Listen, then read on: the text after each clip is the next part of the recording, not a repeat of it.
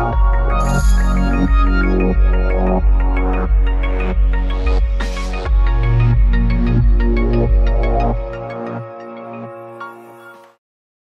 everyone, Assalamu alaikum, Sat Sri Akal, Namaste. Welcome to our supporters, families and friends. My name is Farheen Khan and this is the AZEEZA show. Last week we had a really great conversation, a very difficult conversation about the sexual violence and the hashtag #MeToo. And our guests Shaila, Kibria and Zahra Abbas gave us some insight as to what it feels like and what the challenges are when we're discussing issues of sexual violence in the home. Today, we're here to talk about domestic violence. And with me today are our special guests, Shirley and Brianka. Thank you so much for being here. Thank you for having us. Thank you for having us. Right, so, you know, if we can maybe start the conversation in this way. I know that as we, you know, having worked in the sector for quite some time, we all know that there's many forms of violence that exist. Perhaps we can start with, you know, talking about what are some of the forms of violence and perhaps some statistics as well.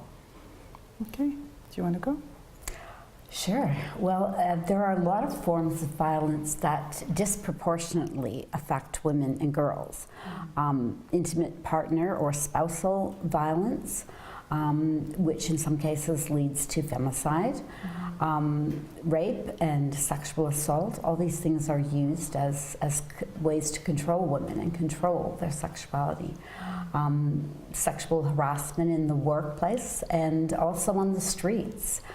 Sometimes people will say that, you know, one incident by itself is not that bad when you compare it to other things, but when you think about this as the entire environment going on day after day, it has a huge impact on women's safety and security and their jobs. Yeah, and when we look at women and work, you talk about domestic workers, you talk about farm workers, you talk about, you know, it's indentured debt. So when we look at it as, you know, the broader forms of violence, we sometimes narrow it to the physical and the sexual. I think we really need to look at the broader spectrum of violence because it takes a lot of psychological, emotional, to get to those physical contacts. It happens long before it becomes physical. And I think if we looked at, you know, reproductive coercion or, you know, infanticide, all of those things are, you know, who is it that gets affected? And it's, you know, primarily women. So again, looking at violence in kind of that broad spectrum and not just looking at it as the physical, emotional. There's also spiritual violence. And, you know, in modern day with so much Islamophobia, there is so much violence that is at a spiritual level. And it is directed a lot at women because it's women who wear the hijab, it's women who wear the niqab. You know, it's not directed at the men who can walk through without having experienced that. So unless they specifically, you know, look or appear. So I think it's looking at that and the layers and layers and layers of violence that women face. And I think for me, looking at sort of the whole picture, and one person can face so many different forms of violence every day. It really, you know, the magnitude of it is quite scary. There are other things like forced marriage, FGM, trafficking for the purposes of sexual exploitation. All these things disproportionately affect women and girls. Absolutely. And they can often be intertwined one with the other. Yeah, and when we talk about statistics, one of the things that I actually made notes about, because I was thinking of numbers, and so we have a population of, you know, 35 million, and they say 67% of Canadians know a woman who has been violated. That's 22 million people. That's right. You don't think of it in those numbers, but 22 million people know somebody who's been violated. No, and it's right. It's right when they say, you know, it's literally your mother, your sister, right? Your aunt, your niece, you know, your partner, and your for daughter. Indigenous women, for women of color, for, you know, women who are marginalized, the rates just escalate. So it's looking at, you know, when you talk about femicide, You have between 60 and 70 women killed a year, depends on the year.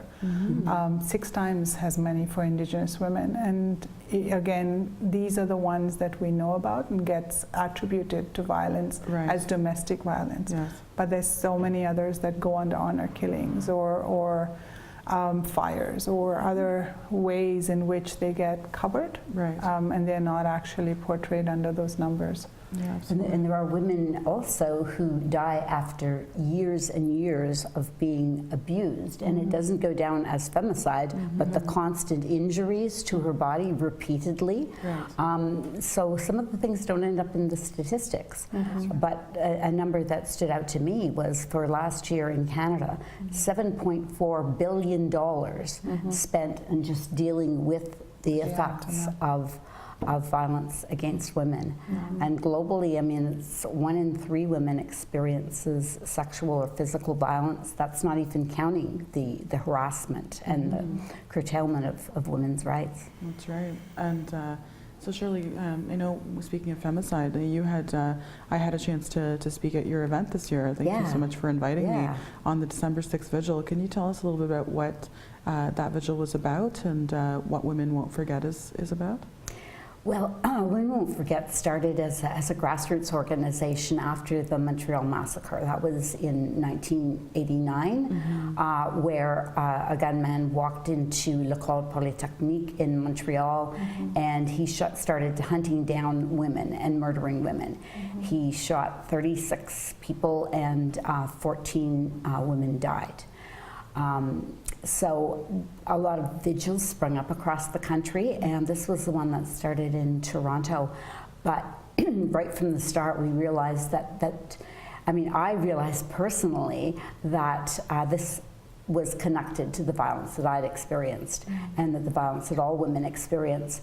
And at the first vigil that we had, we were already speaking about in East Vancouver. At that time, there were already 12 women went missing. There were over 60 women missing before there was any investigation done. So the purpose of the vigil is partly to remember the women who've been murdered, but the idea is to bring in activists like yourself and bring in survivors to speak. It's a place where people can go and feel secure and empowered, and hopefully they're going to take that message back into the community, because we're believers in education and activism to change things. No, and I appreciate you inviting me, because one of the things is that often we, when we have these types of vigils and rallies, we don't see a lot of racialized people of color, of different diverse backgrounds attend. And that's something I think that's really important to our viewers to know, is that, when these types of vigils are happening, when women and people are being remembered for, the loss of their lives, it's essential for us as a community and as individuals to actually go and participate in these things, because the issue is so close to home, right? It's so close to ourselves and our families. And the women who are murdered every year, it's across the board. All different communities, all different religions, all different ages. And so we need to have that represented in the people who come out to the vigil. No, and so that's really great to have allies like you. Thank you. And Priyanka, you've been in the shelters, you've worked, in many. Can you maybe give us a little bit of an idea of what that's like, and, what it means for women to have to access shelter? Well, the latest that just numbers-wise, again, I'm putting numbers out there, so you just get a sense of the volume of people. Every night, 6,000 women and children use shelters. And this is just women victims of violence. This is not women who may be homeless. This is not the experience of poverty. This is just victims of violence. And that is a huge number. We're not a big population. And shelters exist mostly in populated areas. They're not in the rural areas, or less than few and far between. So again, for a city woman versus somebody who's in the country, the experience of getting to shelter is very, very different. Toronto, you can take the subway, you can become anonymous in the many people that exist and access one of many shelters. If you live up in Grey Bruce, or a county that's much smaller, there is 1 or 2 shelters. So you're probably at one or the other. So your risk is that much more magnified. Again, and you come from a smaller community, and it could be even in a big city. You could be part of a really small community. Trying to leave and access shelter is near impossible. I think, if we went back to a couple days ago when Oprah was saying, her mother stayed because she had to provide, because she had to do. But it's that loss of a sense of community. And I think last week your guest spoke about, speaking out meant losing community. And so again, when women come into shelter, they've really broken a lot of ties. Not just that they're broken emotionally, but they've also broken a lot of ties before they get there. And the courage and the effort that it takes, and then the burden that's put on them to thrive and to survive and to care for their children, and again, layers and layers of oppression that we begin to put on them, and the expectations of keeping their children safe. Again, why is it only her responsibility? She's not the perpetrator. That's right. So you look at all of these issues that women bring, and it's across the board. I don't think I've worked in shelters enough that I haven't met a woman from a certain culture, or from a class, or from an ability. But each one has their individual experience and story. And I think for me, it's about respect. So saying to a woman, we respect the process that you need to follow, because some of them do return, and some of them are able to move forward. But the barriers that keep them in that cycle are phenomenal. Okay, well, that's great. And I know, working in the shelters, we've worked together even to see some of the women that come through the doors. It's just, it takes so much to come, and it's there's courage when you're dealing with violence, no matter what. Whether you choose to pick up the phone and call a crisis line, or speak out to your family, or whether you silently are dealing with it. It all takes courage, right, to have to deal with the burdens that we're carrying. But coming into shelter is something that certainly I want to talk about a little bit more. So we're just going to take a quick break, and then we'll be back.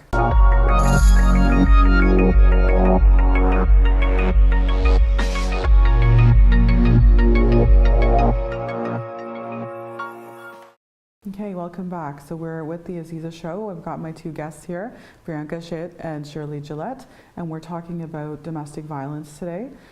So we were just talking about, with Priyanka here, about the issue of shelters. And I just want, the audience to really understand, and our viewers to know, what is it like? What does it mean for a woman to have to access shelter, and what's that experience like for her?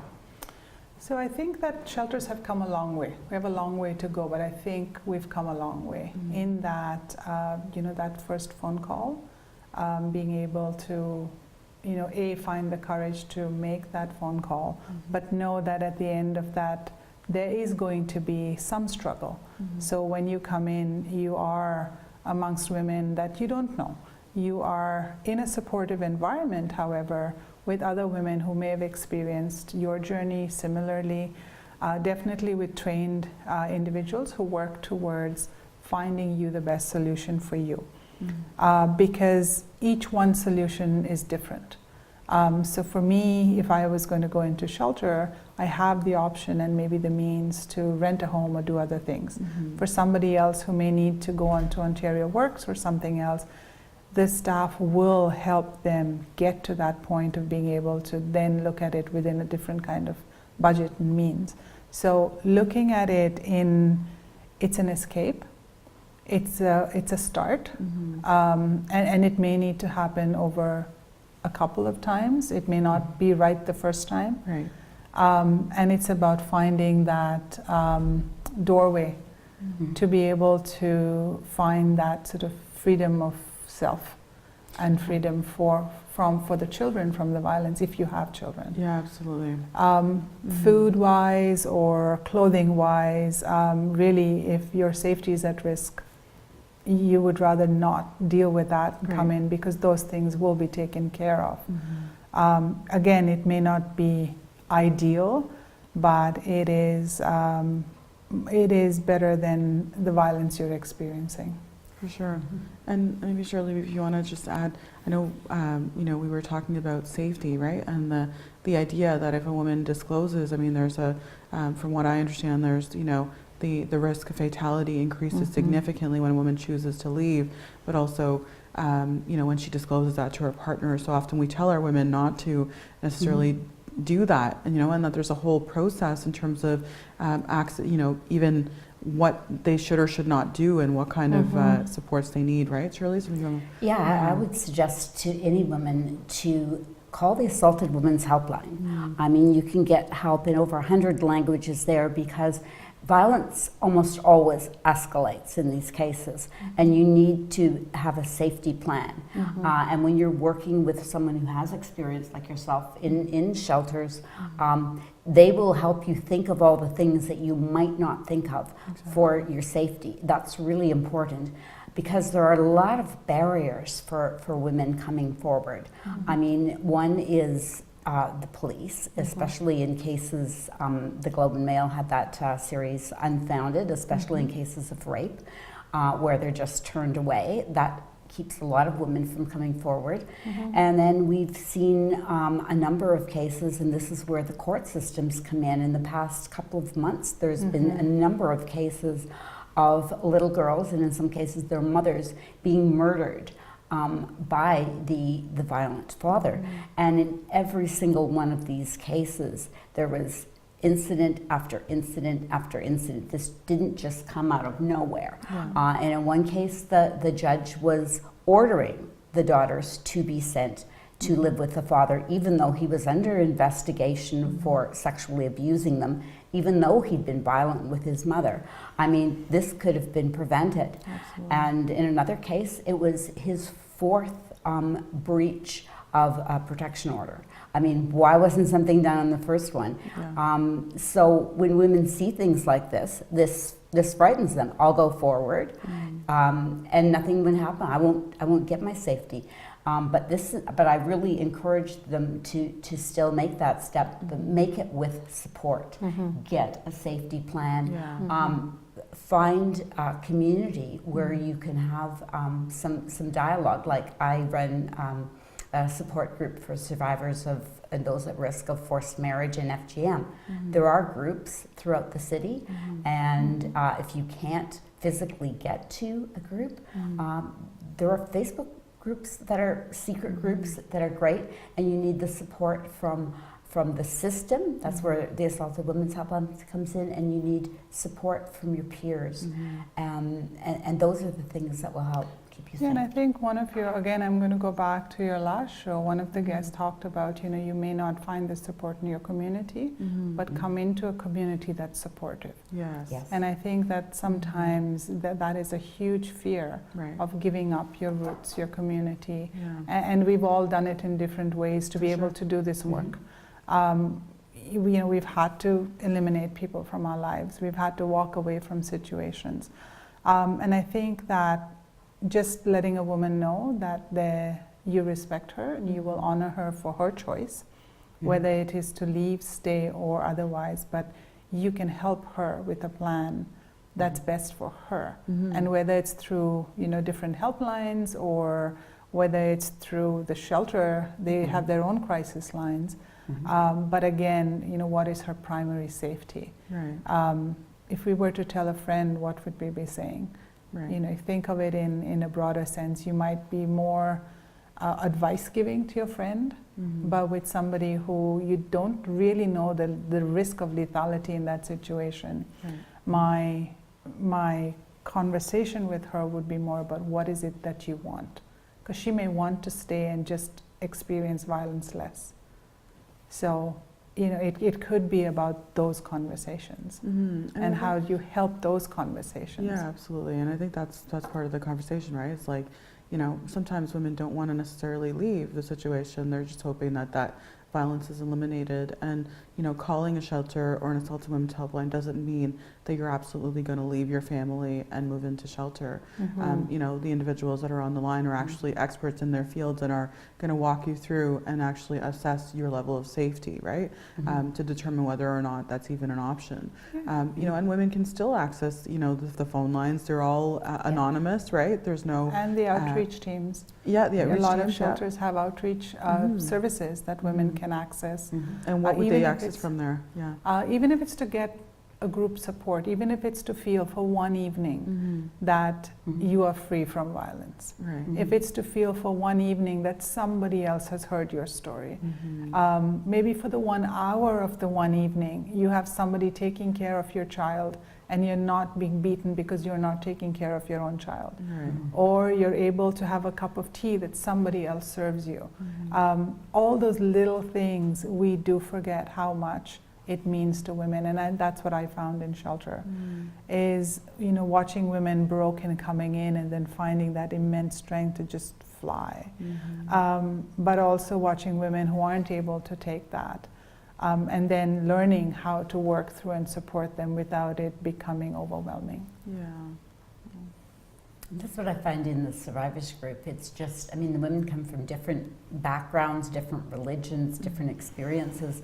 But when they come there, all the other women in the group understand. They don't have to explain everything. And so the distance that they have from their families or other individuals in their communities, they don't have to go into long explanations. And it's a real sense of peace to just be with other women who have experienced what you've experienced, who completely understand, and a lot of them form really close friendships because of that go on.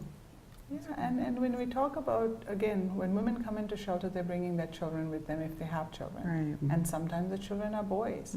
So there is that conversation that's happening with young boys too about a fact of respect and safety and acceptance. So it's not just that you're working with mom, but you're working with the communities to be, if you look at it that way.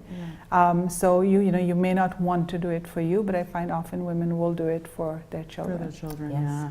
And it's one of those things, right? We try so wholeheartedly to make things work. Women, we try to overlook things so much. We try to piece together things that are broken, hoping that, somehow or another it'll be fixed and things will be better.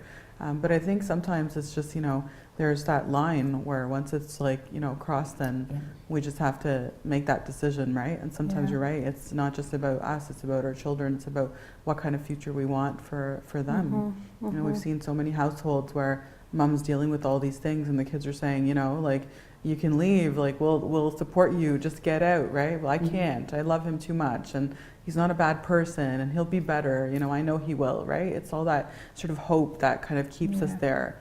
But sometimes it's looking beyond that as well and saying, well, how can we make this a better situation? They often don't realize how much this is affecting the children. Yeah. And when children are in a household where if they're experience violence, even if the children are not abused, watching their mother being abused, this does terrible things. They have twice the rate of having psychiatric disorders later. This is having a big effect on the children. And I think we need to recognize that, because often that is the crisis point that causes a woman to leave. One woman was saying to me, she just had figured this is her life. There's nothing she could do. Right. But when she realized she was pregnant, it was like, okay, I have to get out of here. I can't raise a child in this. Yeah, exactly. Yeah, I think the Japanese have a really sweet proverb, right? That when something is broken, they use gold to fix the cracks, to make it whole again. And I think if we look at services as that gold that will fix the cracks, and look at each individual step that the woman takes is that little bit of gold that she's adding to her crack or her sort of brokenness to be able to be whole again. So you'll never be perfect, because you will always hold those feelings and emotions and what you've been through.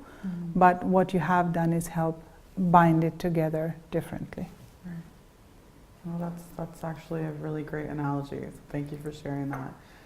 So we're almost out of time. So just want to ask if there's any last minute thoughts that you have that you'd like to share? Well, there's one thing that I think is really important, and that is that everybody in the audience can have a role to play in ending violence against women. Because if you think about it, every time somebody tells a rape joke, every time somebody dismisses a survivor and blames the victim, you can be sure that in that group there are several women who have been through violence, and you can also be sure that there's at least one man who is an abuser. So men, women, elderly people, teenagers, it doesn't matter who you are, if you can shut down those conversations, turn them around every single time, that will do more than anything to actually to end in violence. Yeah, and for me, it's if all you can do is listen, then give somebody that year, because that could be the difference between living and dying. Well, thank you so much. This has been a really great conversation. You know, it's been a heavy one, but it's very necessary, and I really thank both of you for doing all the work that you do in the community. And I know that you've both, you know, truly affected positively many women and have held many of their stories. So thanks for all that you do. Thank you for having us. Thank you. And thank you to our viewers for watching today. We look forward to seeing you next week. So if we can think of anything to take away from today, it's just to remember that violence is a lot closer than we think. It's in our homes, it's in our families, it's in our communities, and it's our job to make sure that we do our best to address violence and that we support those that come forward with this issue. Thank you so much, and see you next week.